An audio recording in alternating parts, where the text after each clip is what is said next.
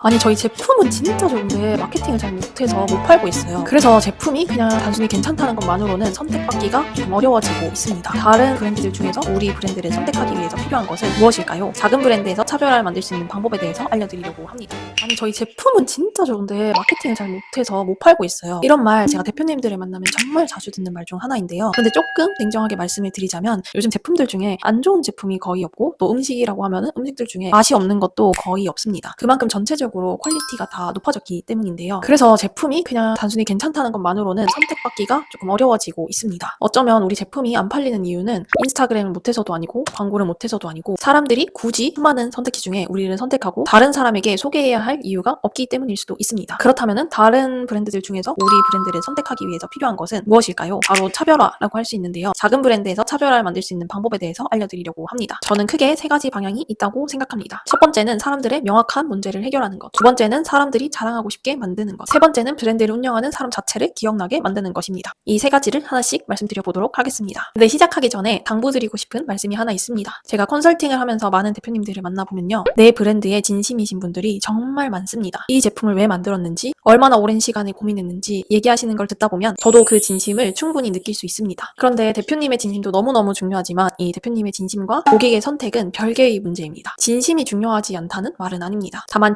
진심만으로는 고객이 우리 제품을 사야 할 이유가 만들어지지 않는다는 뜻입니다. 우리 제품 정말 좋아요. 먹어보면 진짜 달라요. 이런 말도 사실은 대표님의 평가일 뿐 고객이 느끼는 차별화는 아닙니다. 브랜드를 자식처럼 생각하시는 마음을 좀 버리셔야 합니다. 우리 제품이 어떤 부분에서는 차별점이 좀 부족할 수 있다. 이 부분을 조금 더 열린 마음으로 받아들이시고 그러면 객관적으로 우리는 이런 걸 좀 더 보완해야겠다 라는 마음으로 이 영상을 들어주시면 더 좋을 것 같습니다. 첫 번째는 사람들의 명확한 문제를 해결하는 브랜드입니다. 사람들이 제품이나 서비스에 돈을 쓰는 가장 강력한 이유 중 하나는 자신이 가진 문제를 해결하기 위해서입니다. 근데 많은 브랜드들이 이 문제를 되게 넓게 얘기하는 경우가 많습니다. 더 편리한 제품이고 건강에 도움이 되고 좋은 재료를 썼다. 이런 식으로 표현을 하죠. 그런데 이렇게 말하면은 그냥 대부분의 제품들에 다 적용이 되기 때문에 차별화라고 보기는 어렵습니다. 문제 해결형 브랜드가 되려면 누가 어떤 상황에서 무엇 때문에 불편한지를 아주 구체적으로 짚어줘야 합니다. 예를 들어서 제가 최근에 유튜브 광고에서 본 실내 자전거가 있었는데요. 이 실내 자전거가 손잡이가 없는 제품이더라고요. 그래서 광고에서는 이 실내 자전거를 타면은 손잡이 때문에 자세가 흐트러질 수 있는데 손잡이 없는 이 자전거는 그렇지 않다 보니까 자세를 올바르게 해서 탈 수 있다.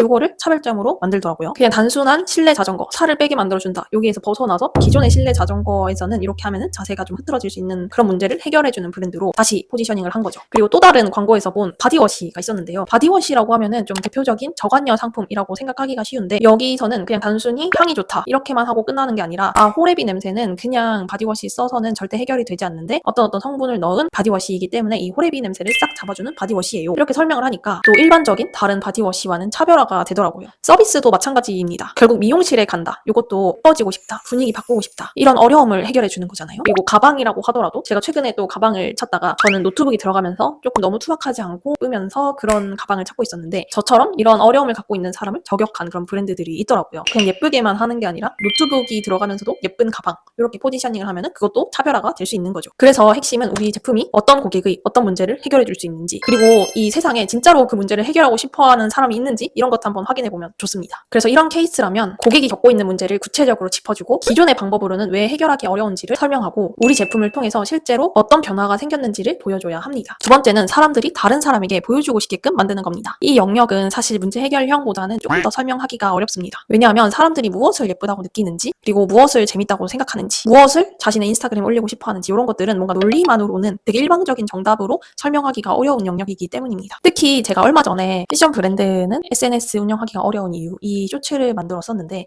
마케팅 하시는 분들은 좀 다 공감을 하시더라고요. 이게 패션 브랜드, 디자인 브랜드 운영하시는 분들 중에서는 또 특히나 아티스트적인 경향이 강하신 분들이 꽤 계시기 때문에 내가 오랜 시간을 좀 고민해서 만든 디자인이 실제로는 뭔가 좀 그냥 평범하다 이런 말을 듣는 게 조금 힘들 수도 있고 내가 생각하는 그 미적 기준을 벗어나는 그런 어떤 콘텐츠나 그런 것들을 조금 받아들이기가 쉽지 않은 경우가 많아서인데요. 내 제품을 사람들이 인스타에 제품을 좀 찍어서 올리고 싶어하는 그 이유는 되게 다양합니다. 진짜 비주얼이 예뻐서 이걸 찍고 싶을 수도 있고 되게 희소해서 나만 구할 수 있는 거여서 아이디어가 재밌어서 공유를 하고 싶을 수도 있고 뭔가 이 제품을 쓰는 내가 조금 더 취향 있는 사람처럼 느껴져서 요거를 또 공유하고 싶을 수도 있습니다. 예를 들어서 제가 인스타 릴스를 보다가 되게 재밌는 계정을 하나 발견을 했는데 거기서 주식 키캡 키링 요거를 만들더라고요.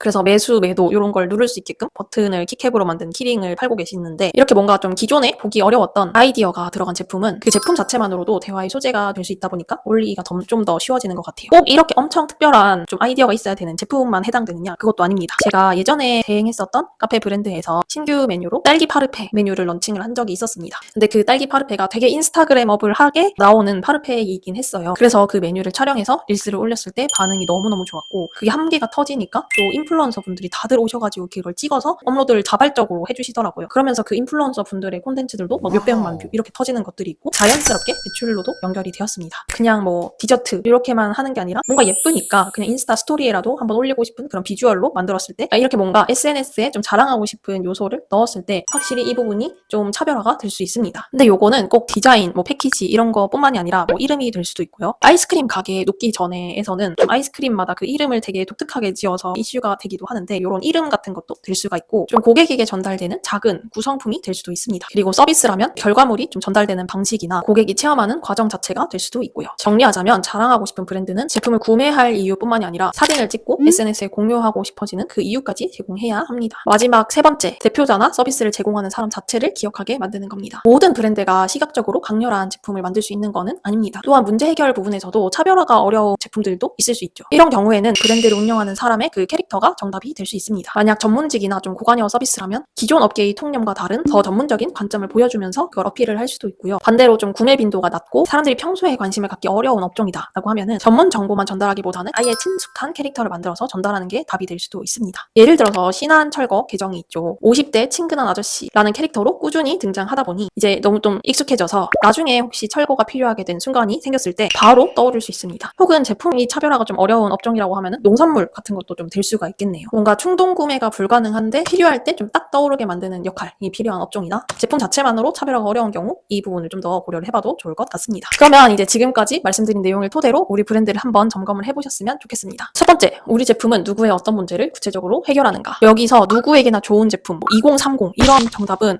제외해야 합니다. 고객의 상황과 불편한 그 모습이 구체적으로 그려져야 합니다. 두 번째, 고객은 우리 제품을 왜 찍고 왜 올리고 싶어 할까? 예쁘다, 재밌다, 특이하다, 나의 취향을 보여준다처럼 좀 공유할 이유가 있으면 좋습니다. 세 번째, 제품을 제외하고도 우리 브랜드를 운영하는 사람의 관점이나 캐릭터가 기억에 남는가? 이 세 가지를 모두 갖출 필요는 없습니다. 하지만 적어도 한 가지는 고객이 한 문장으로 이야기할 수 있을 정도로 강해야 합니다. 그럼 이렇게 브랜드의 차별화를 정한 다음에 이제 본격적으로 어떻게 홍보할 것인가, 요거를 정하는 순서가 사실은 가장 좋습니다. 만약 문제 해결형 계정이다라고 할 때는 사람들이 자신의 문제를 검색하는 블로그나 검색 광고가 효과적일 수도 있죠. 비주얼이나 공유 요소가 강한 그런 제품을 팔고 계시다면 릴스 혹은 인플루언서 마케팅이 잘 맞으실 수도 있습니다. 사람과 관점이 중요한 서비스라면 유튜브나 인스타그램 콘텐츠가 도움이 될 수 있고요. 이런 채널에는 사실 정답이 없습니다. 우리 브랜드의 장점을 가장 잘 드러내주는 채널만 있을 뿐입니다. 이 도움이 되셨다면 좋아요, 댓글, 구독, 알림 신청으로 저를 응원해주세요.